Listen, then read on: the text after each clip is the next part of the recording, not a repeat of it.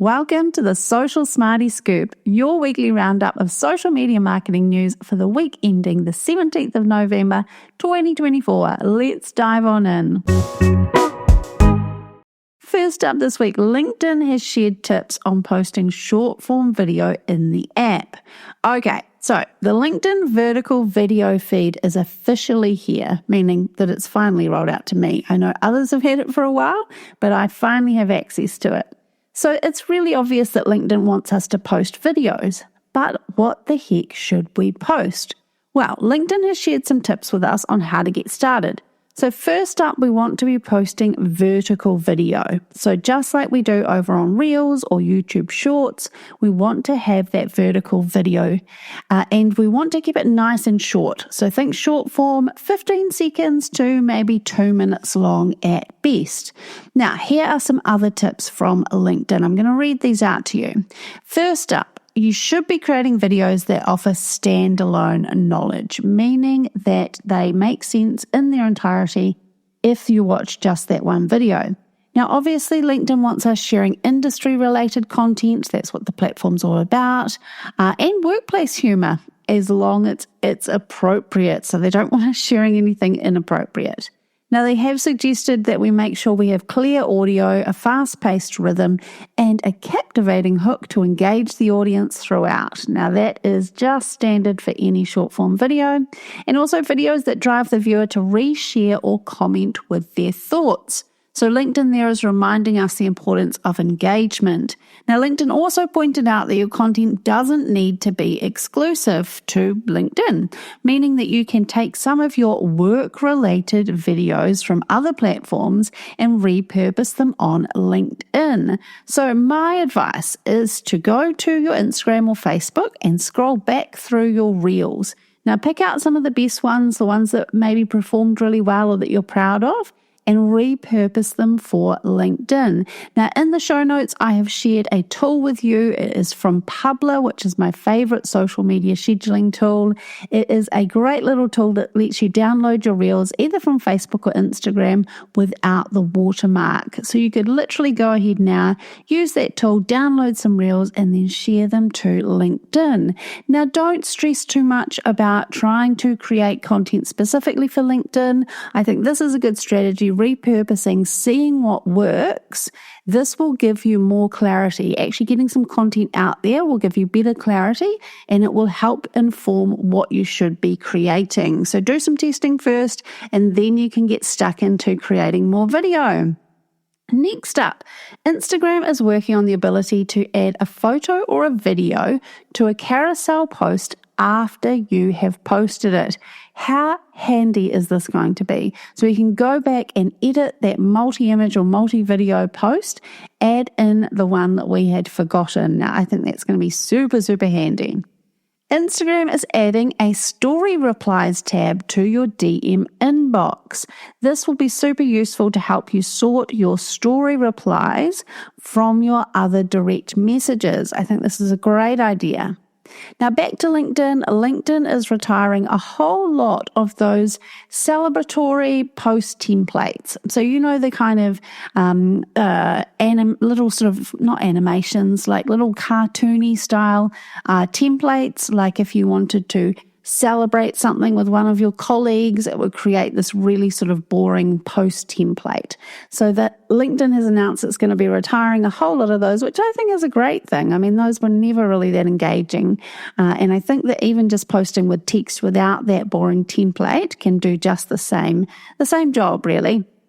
Okay, next up, Meta is reportedly planning to test ads on Threads as early as January next year. Now, those close to the Threads team, or maybe even some of the team themselves, have come out and dished this information, so we don't have the official word yet, but it is no surprise. We know it's Meta. We know that ads are their main source of revenue, so of course it makes sense that a Meta platform would have ads on it. I'm actually surprised that they've waited this long, but it will be very interesting to see how this rolls out. I suspect it's just going to be a placement within Ads Manager, so we will create our ads for Facebook, Instagram, Messenger, and Threads, and we can choose our placements in there. And I also suspect there'll be the ability to boost posts as well, because we know the Ads Manager is very complicated. So the easier that Meta can make it for us to hand over our cold hard cash, the better. So I really do suspect there'll be the ability to boost posts as well. Now, Instagram is continuing to work on the ability to add multiple profile pictures to your account. Now, I really don't think this is a priority. I'm more than happy with just one profile picture, but it seems that the work is happening in the background. Now, Facebook Reels has just added a new feature that allows you to add a message button to your Reels. Now, this obviously encourages viewers to start a conversation with you either on Messenger or on WhatsApp so that you can move them from that content into your DMs. Another update for Instagram, lots this week. Instagram has updated its professional dashboard once again. It's now providing insights into the top sources of views for your Reels. So when you have a Reel, you can see how many views it had, but also what are the top sources for all of your Reels. I think this is really important so that we can see where those views are coming from.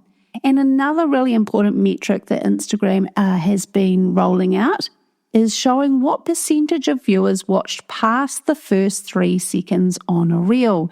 Now, we all know how important that metric is, because if we can hook them in for those first 3 seconds, then we get them over the line from that very, very first section and into our actual video and hearing more of our message. Now, this is an important metric for Meta, obviously, so we can see how many people we're getting past that 3-second mark, and if we're consistently not getting a high percentage, then we know we've got some work to do on our hooks. Facebook appears to be allowing some users to add a title to their group post. Now, I personally spend a lot of time in Facebook groups, and I love this idea. So imagine if you're scrolling through a busy Facebook group, lots and lots of content from different members in there, but each post has a title so you can get an understanding of what the post is about before you read the whole thing. I think this is really cool. I haven't seen it in the wild yet. I've only seen a screenshot, but I really love this idea. Instagram has rolled out an AI image expander tool in Stories. So if you have a great image, but it might be square or horizontal, which doesn't necessarily work for Stories, we want to fill up that full vertical screen. Now, this tool allows you to expand that image and fill the screen. Now, we know with AI, it doesn't always get things right, but I think this could be a little bit of fun to have a play around with and see what it thinks the rest of your image might look like. And last up this week, after Instagram announced that it was switching to views as its primary focus metric way back in August, Meta has now announced that Facebook's going to follow suit.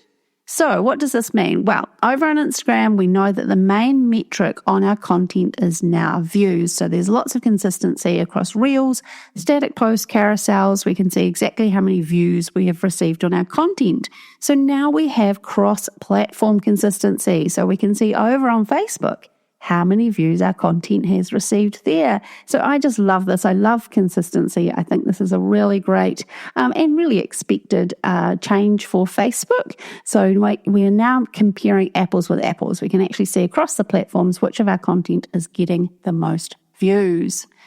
And there we have it. That is your social media marketing news for the week ending the 17th of November, 2024. As always, I would love to hear from you. Come and continue the conversation. You'll find me all over social media at socialsmarty.co. Until next week, stay social.